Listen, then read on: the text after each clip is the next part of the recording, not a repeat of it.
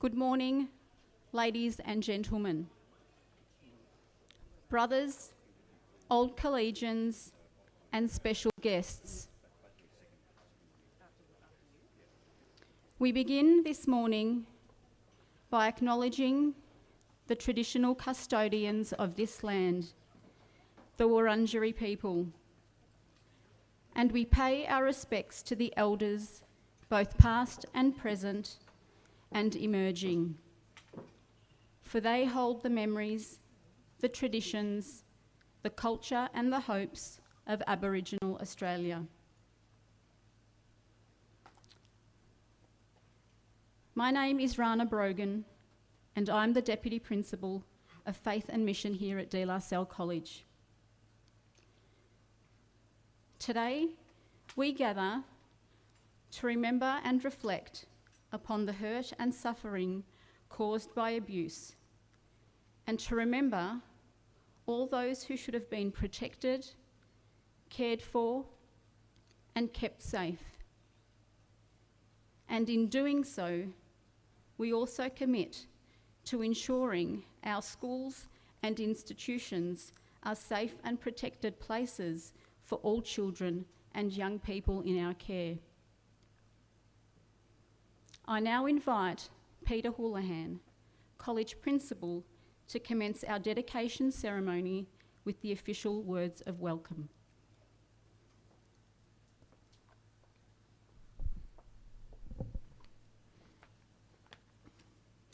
Thank you, Rana. Good morning and welcome to the Canal campus of Salle College. My name is Peter Houlihan. As Rana said, I'm the principal here at the college. Just a couple of housekeeping matters before we begin. Ladies and men's toilets to my left through the glass doors over there. We have an official photographer here today, so I would ask for privacy reasons there's no informal photography.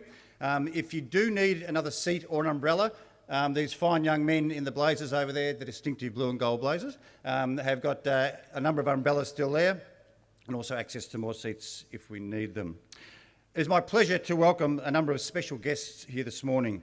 Nina Taylor, MLC, representing the Honourable Jocelyn Symes, Attorney-General of Victoria, Georgie Crozier, MLC, Dr Katie Allen, the Federal Member for Higgins, Councillor Kate Healy, the Mayor of the City of Stonington, Brother David Hawke, who's a brother visitor or provincial for the Salle Brothers District of Australia, New Zealand, Pakistan and Papua New Guinea, and Mr Richard Mullally, Chair of the College Board.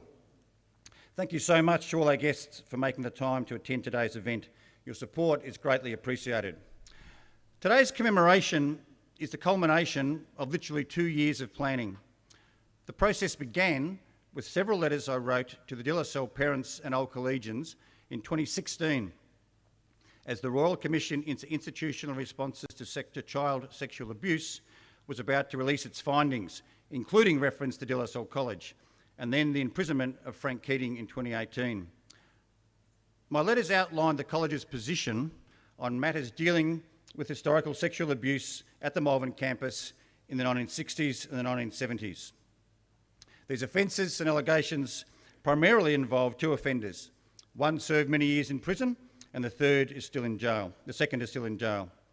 As a result of these communications, there have been numerous survivors of sexual abuse who have contacted me on a broad range of issues arising from their time here at Salle.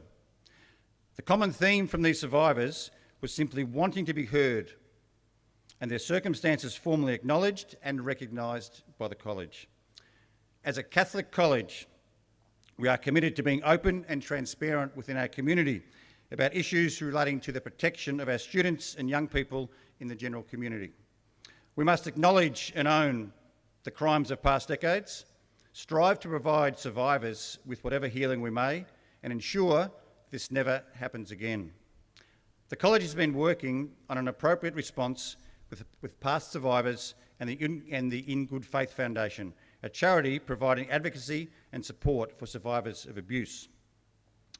Following ongoing consultation with the Salle Brothers and the College Board, today's dedication and memorial function and the installation of 2 sculptures is dedicated to those courageous survivors, especially those who have been able to come forward, tell their stories and seek justice, just wanting their story heard. I would now like to introduce the De La Salle Band and Choir to perform the opening reflection song, Till It Happens to You. Please make them feel welcome.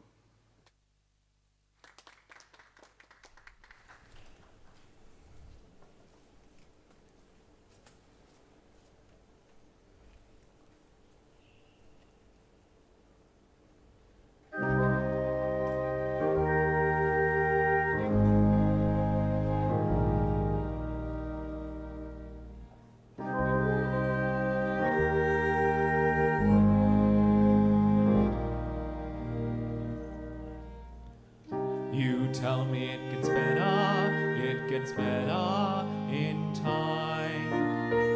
You say I'll pull myself together, pull it together, you'll be fine. Tell me what the hell do you know, what do you know? Tell me how the hell could you know, how could you know? Till it happens to you, you don't know how it feels. Till it happens to you, you won't know, it won't be real. No, it won't be real. You won't know how it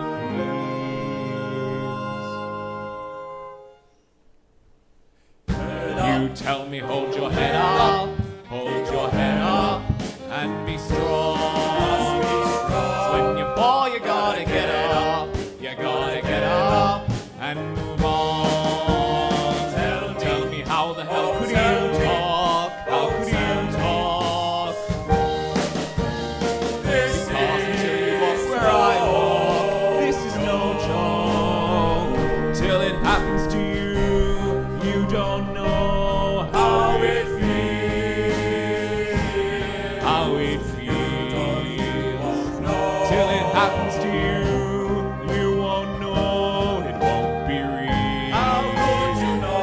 No, it won't be real. How could you know? Won't know how it feels. Till your world burns to crashes. Till you're at the end of your road. Till you're standing in my shoes. I don't wanna hear a thing from you, from you, from you, 'cause you don't know. Till it happens to you, you don't know how I feel, how I feel, how I feel. Till it happens to you, you won't know, it won't be real. How could you know? It won't be real. How could you know? It won't be real.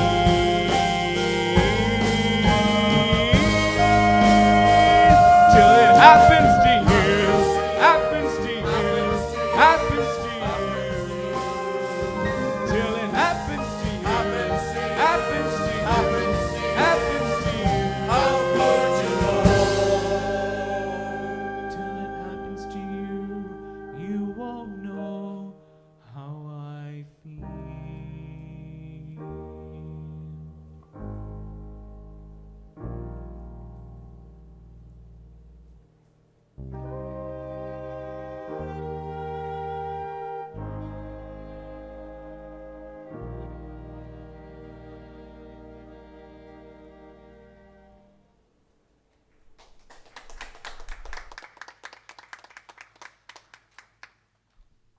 Thank you very much, Jeremy. Jeremy's one of obviously very talented vocalists, and I did applaud him on Friday for being courageous enough to perform at such a significant function like this. It's now my pleasure to welcome Nina Taylor, MLC, to the lectern for her address. Thank you. I would like to begin by acknowledging the traditional owners and custodians of the land on which we meet and pay my very deepest respects to their elders, past, present and emerging. I would also like to acknowledge Councillor Kate Healy, Mayor, City of Stonington, Georgie Crozier, Member for Southern Metro, Richard Mullally, De La Salle Board Chair and Trustee of De La Salle Brothers and Old Collegians, Brother David Hawke, Brother Visitor Provincial for District of Australia, New Zealand, Pakistan and Papua New Guinea, Peter Houlihan, Principal, De La Salle College, Rana Brogren, Deputy Principal, De La Salle College, Board and Trustees of the De La Salle Brothers and Old Collegians, Claire Leaney, CEO and the staff of the In Good Faith Foundation, Margot Boyle, Representative, Loud Fence, Victoria, Thomas Seddon, 2021 College Captain, De La Salle College, and Andrew Aiden, Loud Fence. And also Andrew McGraw, 2020 College Captain, De La Salle College. Excuse me. It is my great pleasure to join you here this morning and speak on behalf of Attorney General Jacqueline Symes. First and foremost, I'd like to pay tribute to the resilience and strength of every survivor of institutional child sexual abuse. And I'd like to acknowledge survivors who have tirelessly advocated for reforms to improve child safety and right the wrongs of the past. This is a key priority for our government, which is why we're taking action and delivering real reform to prevent and respond to child sexual abuse. We can't imagine the irreparable harm that was uncovered on these very grounds during the course of the Royal Commission into Institutional Responses to Child Sexual Abuse. Students, children who should have felt safe at school instead fell victims to heinous behaviour.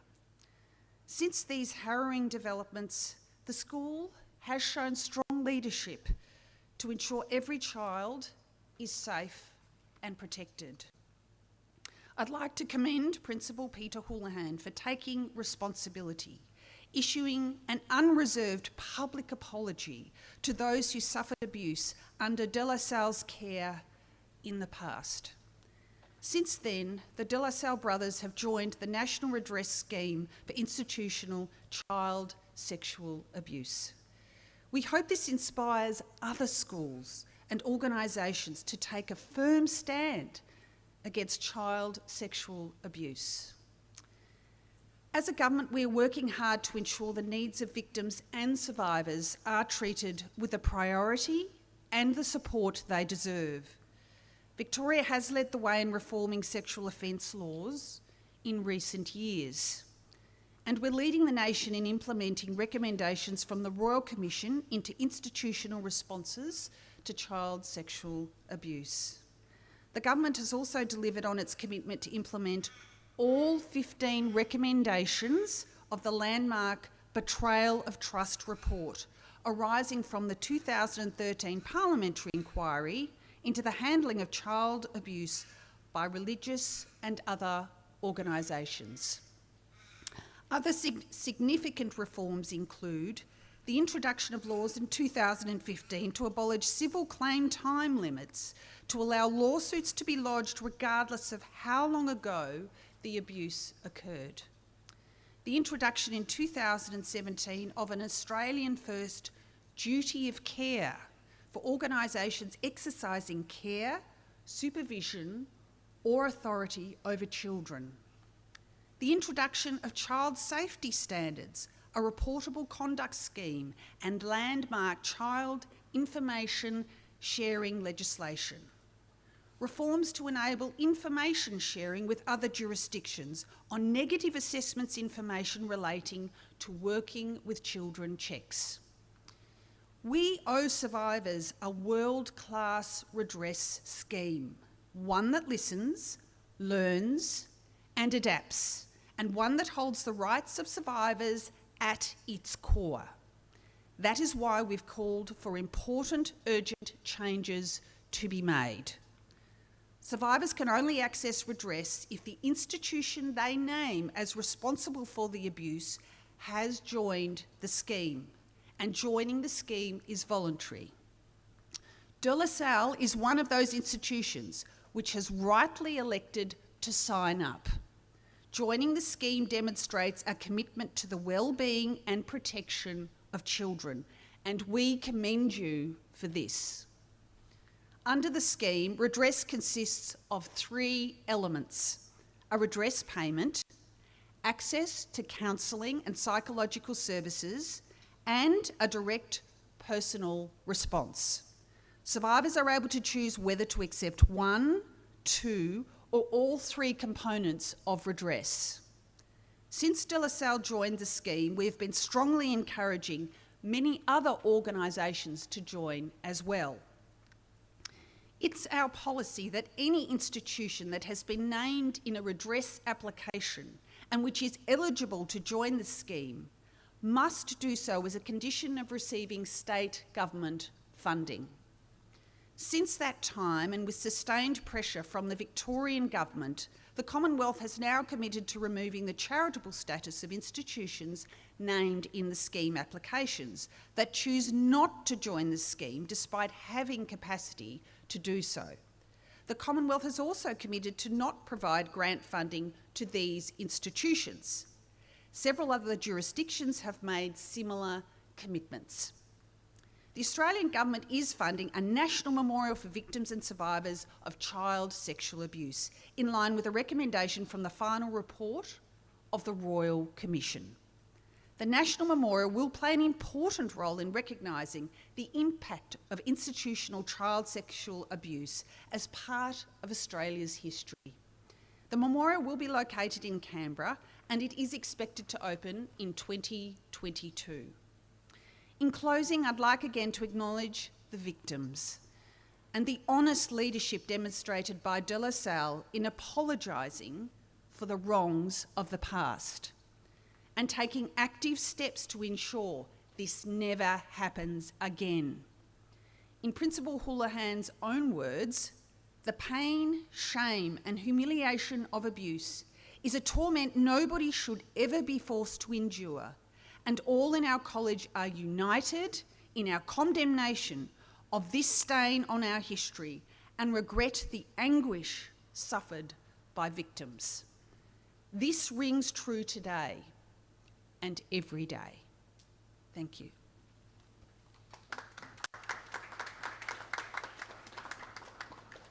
Thank you very much, Nina. It's great to have you here today, and your support and representing the Attorney General and the words of wisdom and commitment are fantastic for everybody here today. I'd like now to welcome to the stage Dr. Katie Allen MP, our federal member for Higgins. Dr. Allen is a great supporter of the college and it's always wonderful to have her with us. Please make her feel welcome. Thank you. I would also like to acknowledge the Boonwurrung people and Wurundjeri peoples who are the traditional custodians of the land in which we meet, and pay my respects to the elders past, present and emerging.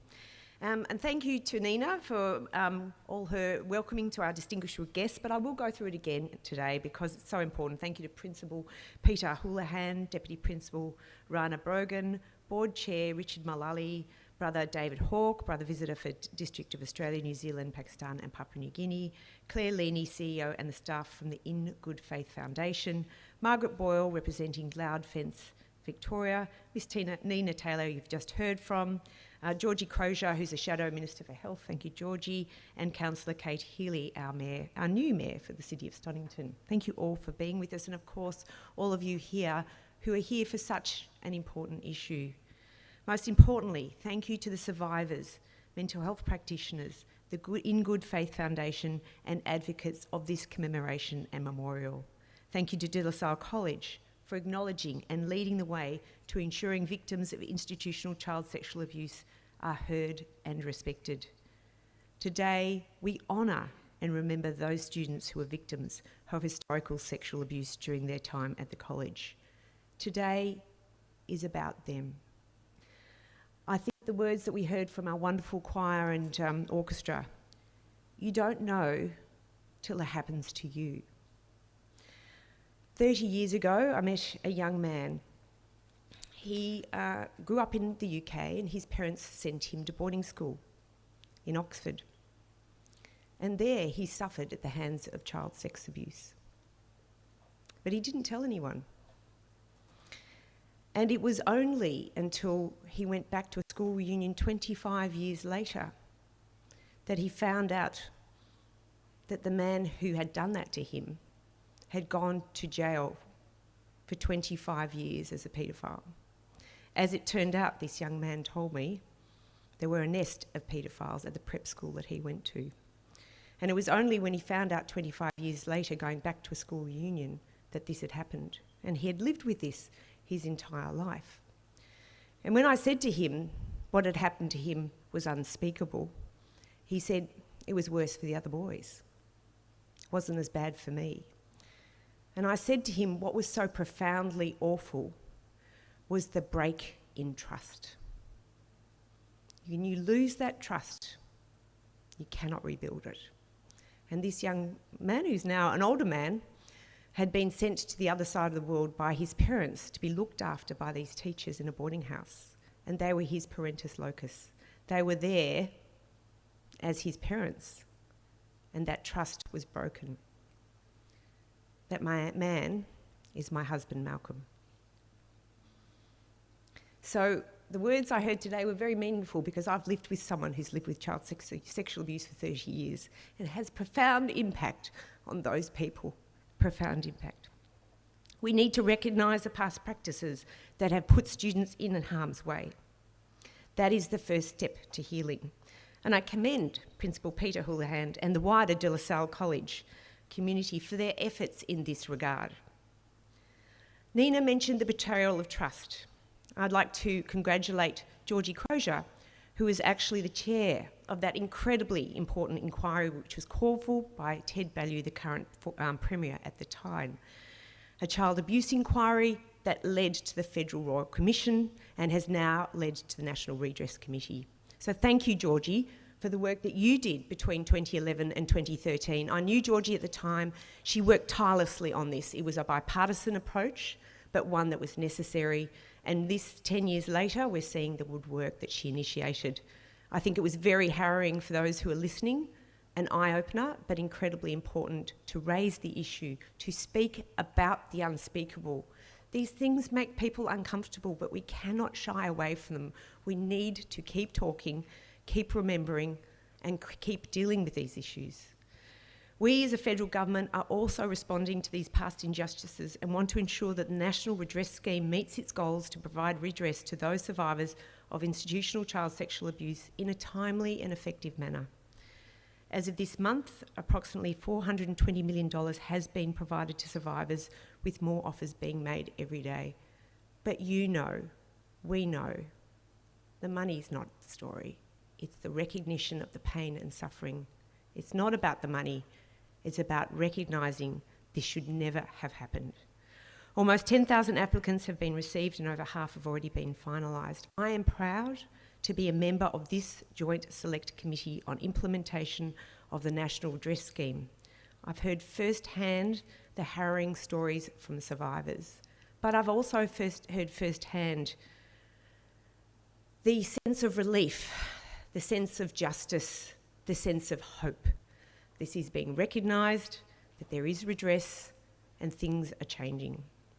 As a government, we understand the enduring pain and trauma that survivors have had to experience, and so does that poster, and know how much more work needs to be done to ensure the success of this scheme.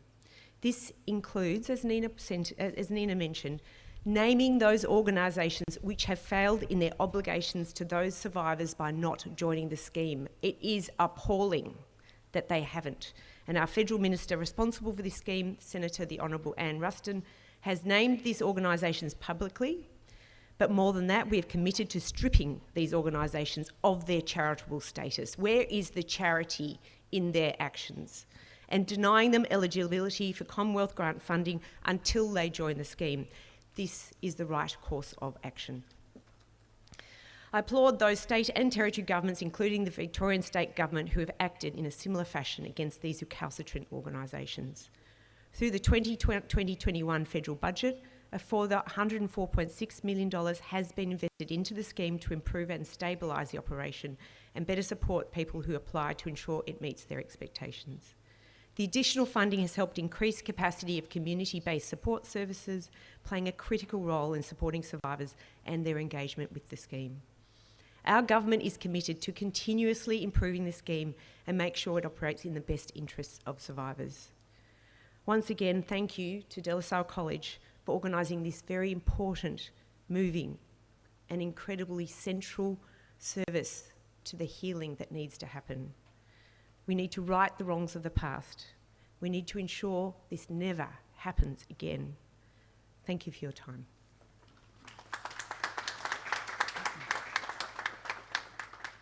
Thank you, Dr. Allen. Thank you very much, not just for your presence today, but for your courage in telling Malcolm's story and sharing something of your journey with us. And it makes your presence and your words here today all the more relevant. So thank you very much, Dr. Allen. I'd now like to welcome Andrew McGaw, our 2020 college captain. Andrew was an excellent college captain in a very challenging year last year. He was instrumental in the middle stages of the planning for today, so we thought it was appropriate to ask him to come back today in an official capacity, and his words today are about a moment in history. Thank you, Andrew.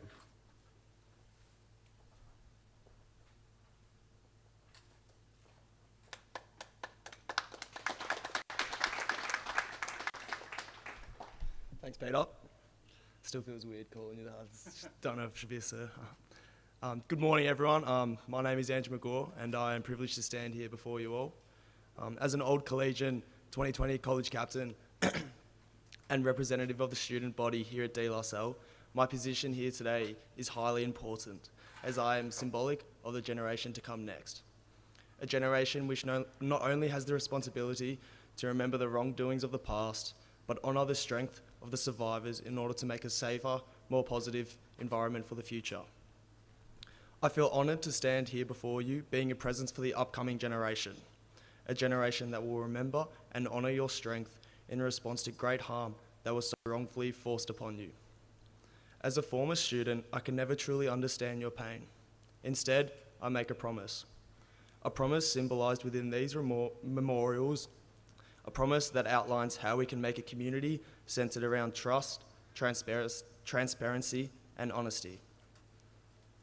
Ideals that will give a voice to the voiceless, safety to the vulnerable, and hope for the future.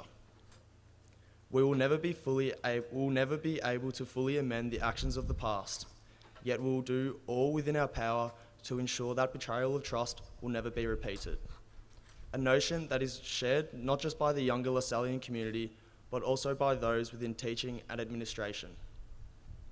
The next generation will make certain of your hopes for such a space within the college environment. A space that we hope will once again make you proud of the educational system we stand for here at the college in 2021. And once it has been solidified, your strength will be remembered as a pillar of protection and well-being that will allow for a positive future to flourish for all those who step in each and every class of the college. Thank you.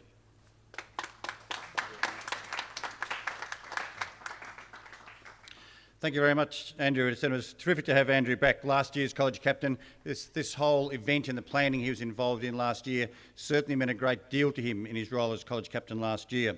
I'm now going to ask Thomas Seddon, who is our 2021 college captain, to the lectern, and he's going to read the themes behind the wording on the two plaques, both here on my left and over at Tiverton. Welcome, Tom. If you finished your duties there, stacking up that. Here he is.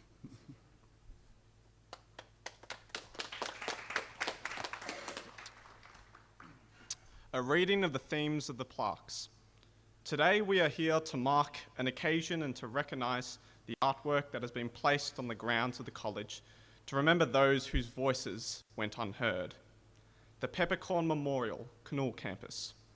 De La Salle College and the trustees of the De La Salle brothers acknowledge the harm and suffering of those students who endured physical, emotional or sexual abuse during their education whilst at our school, when instead they should have been afforded a safe place for their education. To those who have endured physical, emotional, or sexual abuse, De La Salle College offers an unreserved apology for the failure to listen, believe, intervene, and protect when it was our duty to do so. The college acknowledges the devastating and lifelong impact of abuse and remembers those who were impacted so profoundly. We encourage our community of today to act when another's safety and well-being is at risk. We commit ourselves to creating a safer environment and culture in the future. Let this never happen again. The stone selected for the Knoll Campus Memorial symbolises strength, permanency, and durability. This represents the position the college, trust and board have adopted. Our commitment to child safety now and into the future is rock solid and set in stone. The strength of the rock is symbolic of the connection with the past and with the survivors, and ensuring that the wrongs of the past never happen again. The memorial stone's location next to the peppercorn tree, the physical and symbolic centre of the Canal campus, will ensure it serves as a reminder of these commitments. The Mahogany Memorial, Tiverton campus. Solitary confinement of the mind. There is no more serious crime, amongst other serious crimes, than for a priest, religious or lay person with a duty of care to sexually abuse innocent children or adolescents. Quite apart from the trauma of the abuse and breach of trust, there is the silence, the blame, the shame, the punishment and the guilt that condemns the child or the adolescent to a solitary confinement of the mind. It cuts them off from social interactions and denies them the rights of an adolescent to develop self-esteem, self-control, self-confidence, and self-identity. It is any wonder that many abused young people drift through life feeling hopeless, seeking solace in substance abuse, with too many of them no longer with us, leaving their families heartbroken. The concept of the Tiverton Campus Memorial comes to us from artist Jenny Steiner. As the stem of the solitary confinement leaf lets go its hold of the branch to journey safely to the ground, so too does a child let go its grip of a parent's hand expecting to travel a safe path through lands such as school. Once adrift, they are vulnerable and travel at the mercy of the elements, without control. The leaf, representing the child, falls finally to its destination, but it has unexpected dangers. Some friends, such as the gentle breeze and refreshing drops of rain, transform to become violent enemies, wreaking havoc on the leaf. The breeze was in fact a prevailing wind, which battered and bruised the leaf. The refreshing drops changed to torrents of rain, lashing and cutting. Now still and among friends, the leaf, like the child, is traumatized and feels disconnected. It is aware of the friendly rustle around it, but cannot make sense of it. The leaf, like the child, feels distanced by invisible barriers, even though it is now safe and among friends. It is still afraid, suffering silently and alone in its mind.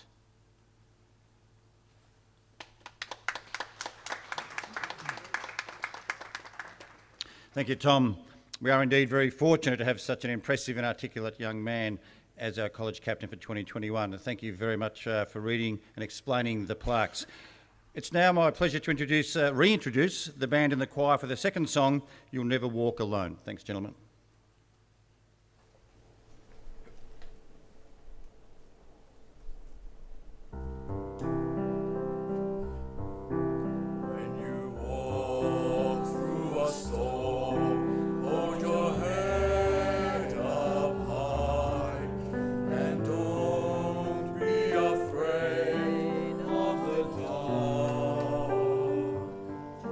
At the end of the storm is a golden sky and the sweet silver song of our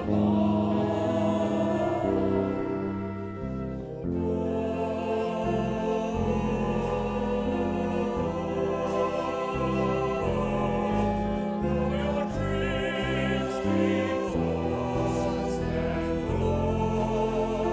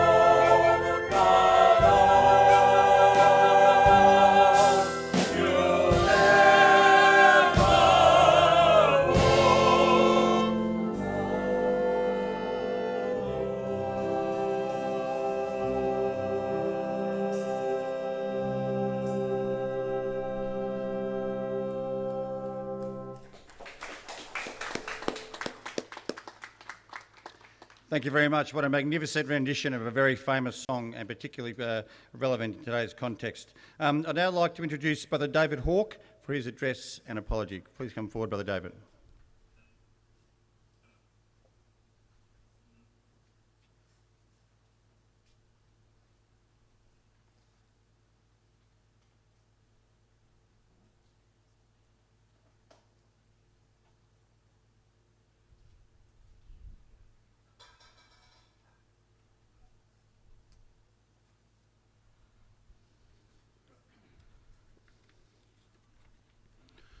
Good morning to each of you.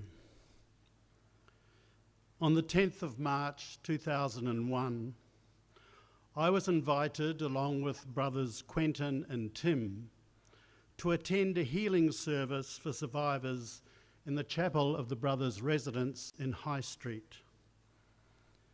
At the end of the service, we were invited to move to the garden for a tree planting. One of the survivors carried the tub containing the young tree, while one of the gentlemen said to me, "Brother, you carry the manure." The manure was in a tub beside the tree. As we are aware, manure used as a fertiliser stimulates and nourishes growth in the soil. But it also has an odour which is very unpleasant. And it was that image that struck me deeply on the occasion.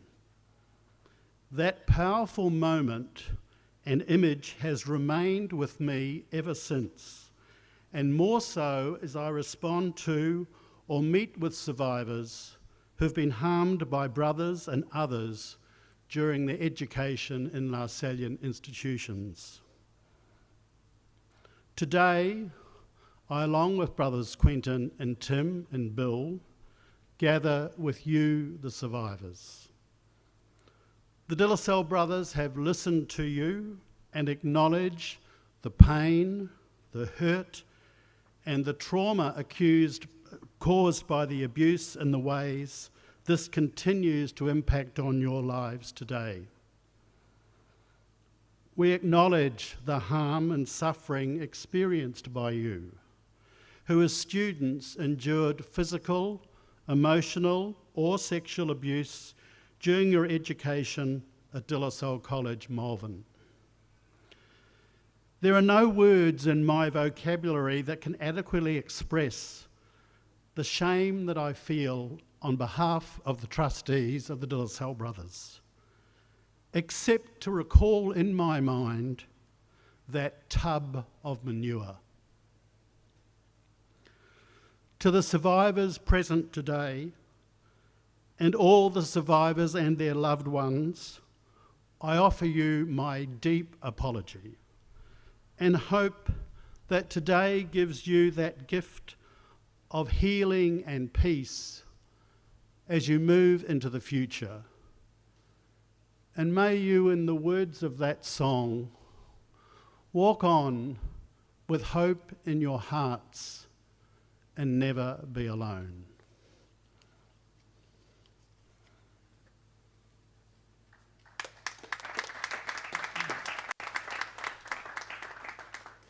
Thank you very much, Brother David.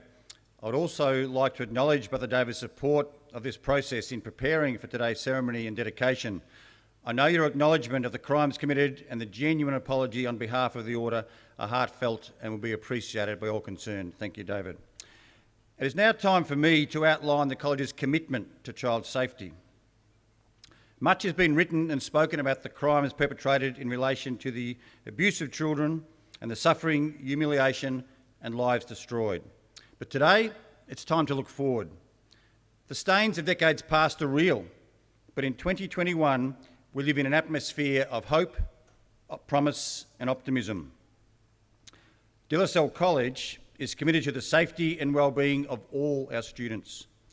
In order to sustain and further enhance our culture of child protection, our child safety team works to further embed the child safe standards and monitor the effective implementation of these standards. Our child safety team is aligned with the government child safety standards, which require college governing authorities to embed an organisational culture of child safety by the following. We develop strategies to embed a culture of child safety at the college. We allocate roles and responsibilities for achieving these strategies. They inform the college community about the strategies. We put the strategies into practice and periodically review the effectiveness of the strategies put into practice. Our commitment to the safety of children and young people remains a clear priority. This commitment has been acknowledged through De La Salle's successful accreditation as a child safeguarding school by the Australian Childhood Foundation. The accreditation program is a unique voluntary organisational development accreditation scheme for schools and other organisations. Over 5 phases, it offers independent validation of internal systems for protecting children and young people. I'm proud to say that De La Salle is one of only 40 organisations to achieve this accreditation nationwide and one of only a handful of schools in Victoria to be accredited. We have 100% commitment from our staff, from our community, to our students' safety, which we agree is our primary duty, our principal responsibility. Academic, spiritual and co-curricular programs are crucial to our students' development, but the safety, dignity, protection and well-being of the young men entrusted to our care must and does come first. The obelisk on my left here symbolises the solidarity and the permanency, a link between the strength and durability of stone and our commitment as a college to child safety. Thank you. I would now like to introduce Claire Leaney, the CEO of the In Good Faith Foundation, to say a few words. Welcome, Claire.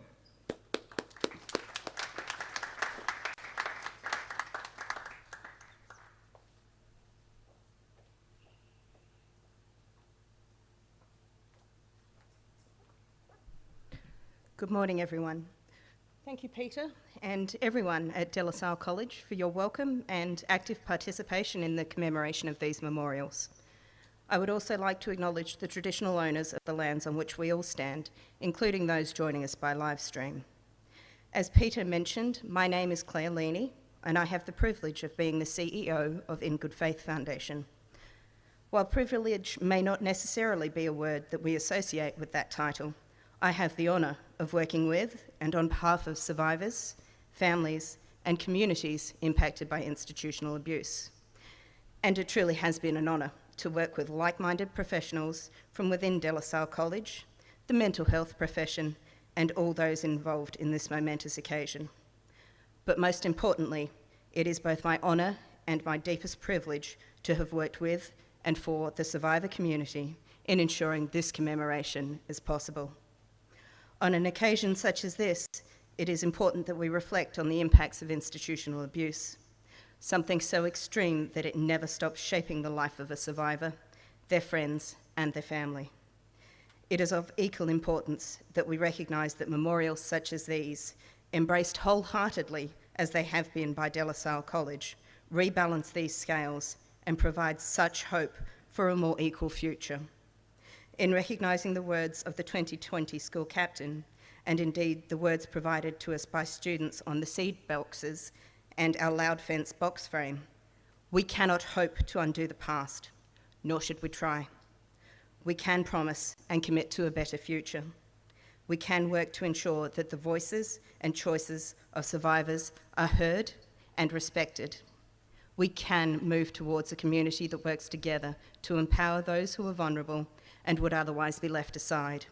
If we continue to work together, to have conversations that challenge us, to undertake work that broadens our horizons and commit to hearing, listening and responding, then I have every confidence that the community that makes up De La Salle College will continue to be a place of welcome for all. Thank you.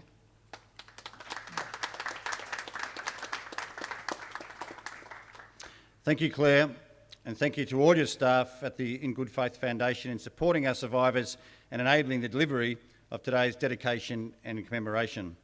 The final section in today's formalities is a presentation of the coloured ribbons. De La Salle is proud to have joined with many other Catholic schools and agencies to support survivors of child abuse by participating in the Loud Fence movement. Loud Fence is a movement that encourages individuals to tie brightly coloured ribbons on the fences of Catholic institutions as a symbolic act of solidarity with survivors of sexual abuse, their families and communities. I understand most of you had the opportunity to tie a ribbon on our fence as we came through. The college has asked 2 of our product design technology staff to design and build a boxed frame in which we have placed a collection of coloured ribbons. This will be displayed here at the college in a high traffic area as a symbol of our support for the survivors. I now ask the 2021 college vice captains, Peter Bowen and Will Dwyer, to come forward and present the framed ribbons on behalf of all our survivors, and ask Andrew to come forward and stand with me as we accept the box.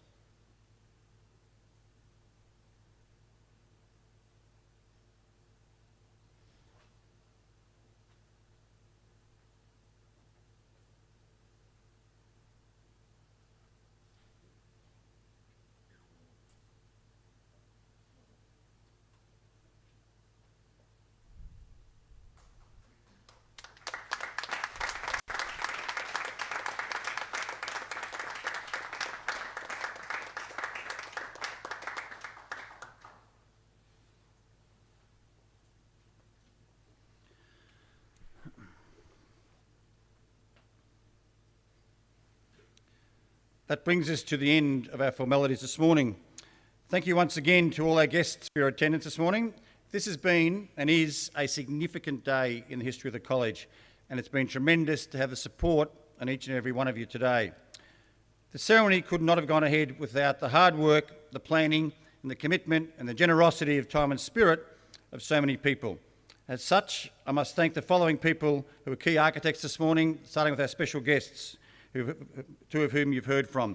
Nina Taylor, MLC, Georgie Crozier, MLC, Dr. Katie Allen, MP, Councillor Kate Healy, the In Good Faith Foundation for their guidance, organisation, advice and advocacy, the organisation committee made up of In Good Faith staff, college staff and old collegians, including survivors. Must also thank Jenny Steiner and her Art in Architecture business, the creator of the sculpture placed at Tiverton, which we'll have an opportunity to see later on. I'd also like to thank Steve Adams from Yarrabee and Castlemaine Stone, who donated the rock you see here on my left today. Deputy Principal Faith and Mission, Mrs. Rana Brogan, and Mrs. Sandy Reeford, PA to the Principal here at the college, each of whom have contributed countless hours to supporting this initiative and making sure it all came together. I told them on Friday, make sure it doesn't rain. That was the one thing we couldn't get to. So we'll talk about that tomorrow. The college property manager, Michael Bowen, again, has been equally generous and influential in coordinating and driving so many projects within the overall project. So many jobs, so much moving, so much to manage, so many logistics. Thank you, Michael. The maintenance staff, Clinton Harris, Rob Aldershaw and Tom Buick, for their help in installing the obelisk here and redeveloping the garden at Tiverton, where Jenny's sculpture sits, plus organising and moving everything that was required for the setup for today. The many volunteers who you've been working with today from the De La Salle staff who've come along today on a Sunday to work in supporting the event and ensuring its success. To Brother David and the trustees of the De La Salle Brothers, to the College Board of Directors, to our wonderful music director, Mr. Luke Serrano, supported by our outstanding music staff and our equally outstanding students and the band and choir. Let's give them a special round of applause. Thanks, guys.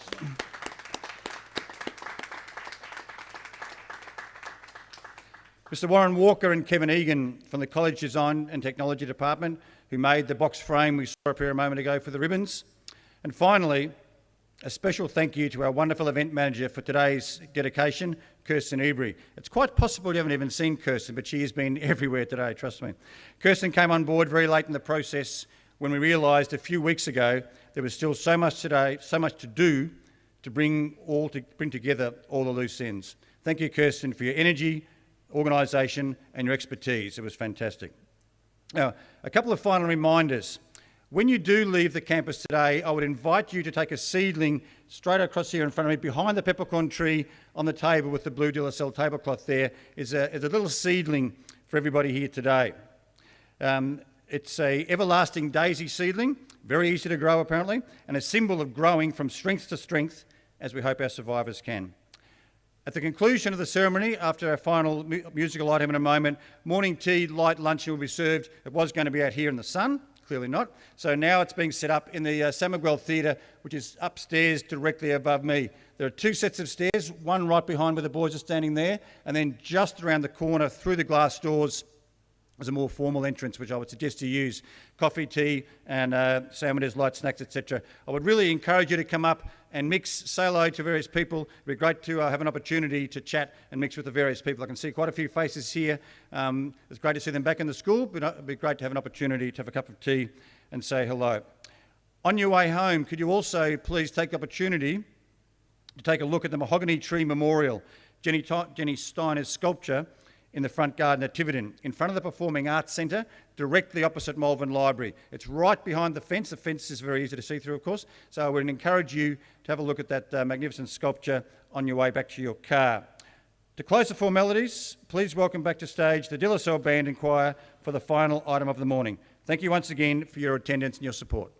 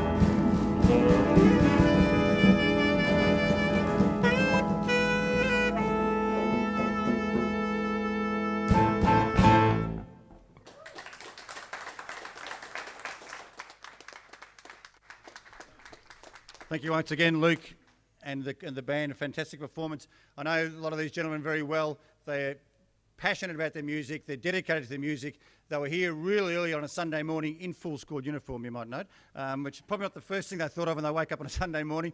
But guys, thank you very much for the rehearsal. I know these are 3 items they hadn't played before, so the preparation, rehearsals, and being here this morning was significant. So thanks very much, guys.